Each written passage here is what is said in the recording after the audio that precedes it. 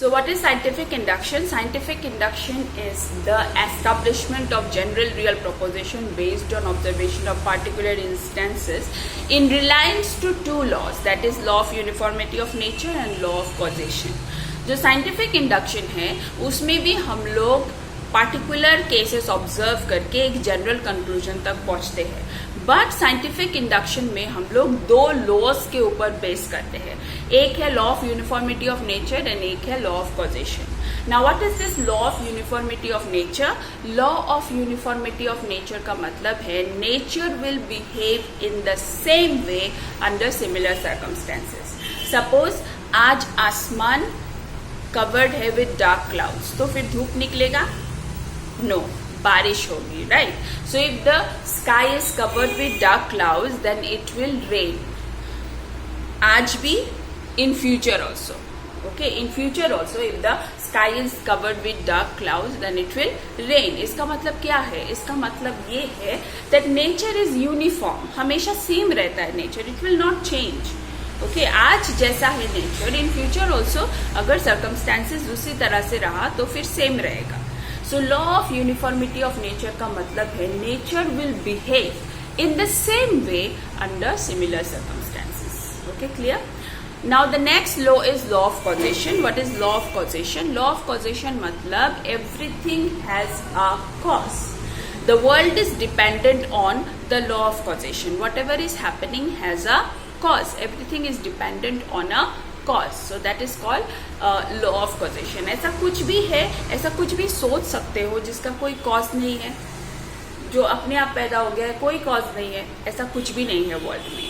So okay, so whatever is happening has a cause and whatever is there in this world has a cause. So that is called law of causation, and scientific induction is based on these two laws, that is law of uniformity of nature and law of causation. For example, all men are mortal is an example of scientific induction because it is based on these two laws. One is law of uniformity of nature and one is law of causation. That is called scientific induction.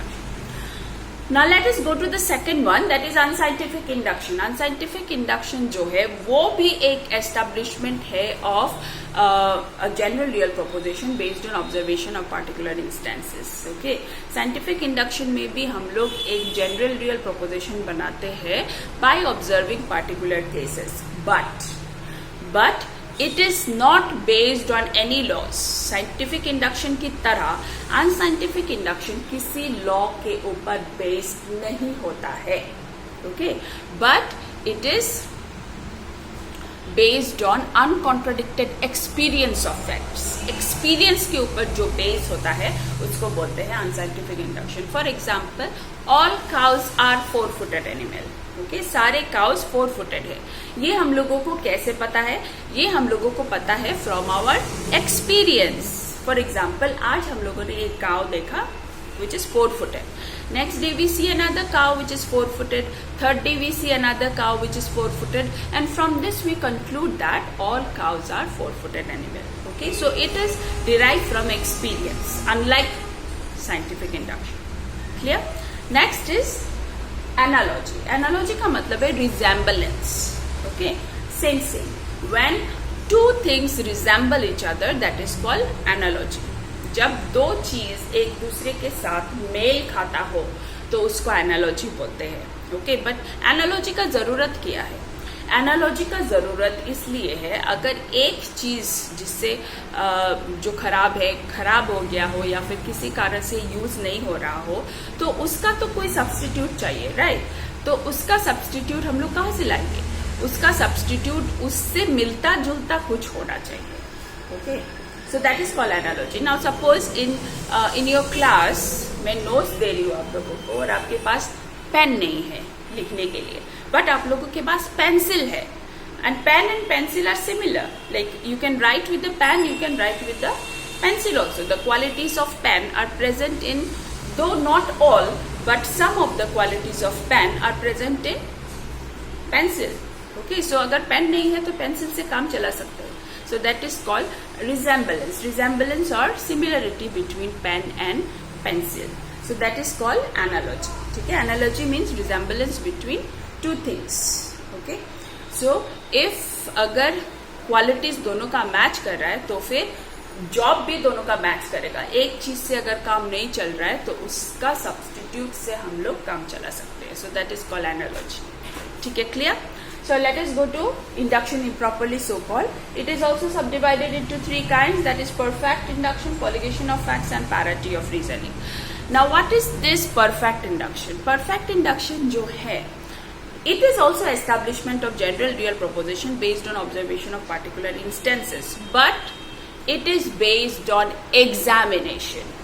It is not based on any laws, it is not based on experience, but it is based on examination of particular instances.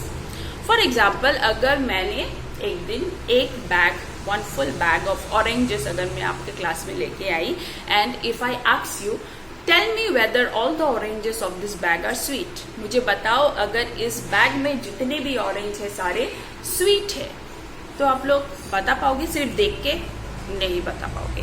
उसके लिए आप लोगों को examine करना पड़ेगा, वो oranges को examine करना पड़ेगा, right? And for this examination you have to test them. So you have to test one piece of orange from each orange to tell me whether all the oranges of this bag are sweet or not. Okay, so after examination, after having one piece from each orange, you can tell me that all the oranges are sweet or not. Okay, clear? So that is called perfect induction. But this perfect induction is इसमें कोई inductive leap नहीं होता है। मैंने पहले ही बताया था that induction improperly so called में इंडक्टिव लीप नहीं होता है, means it is not passing from particular to general.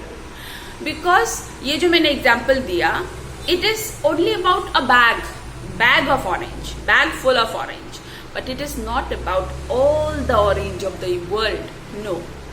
Okay, so it is not universal. We are not passing from particular to universal, but we are only solving that case, okay, with the help of perfect induction. And that's why in induction improperly so called there is no inductive leap.